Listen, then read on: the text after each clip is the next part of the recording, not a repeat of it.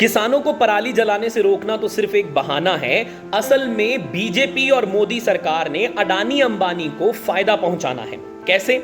देखिए, Indian institute of tropical metrology की report में एक बात तो साफ हो चुकी है कि पोल्यूशन में किसानों का कंट्रीब्यूशन मात्र 1% है।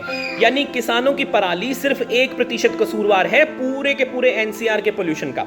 बाकी सारा पोल्यूशन 24 घंटे चलने वाली डीजल गाड़ियों और कारखानों के कारण है।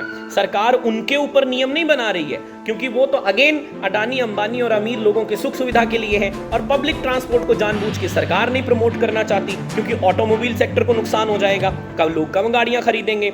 और फिर जो इतने बड़े बड़े हाईवे बनाए हैं उनके ऊपर जो टोल लगाए हैं, वो टोल कौन देगा अगर गाड़ियां कम बिकेंगी तो, अगर पब्लिक ट्रांसपोर्ट जो है वो प्रमोट हो जाएगा तो।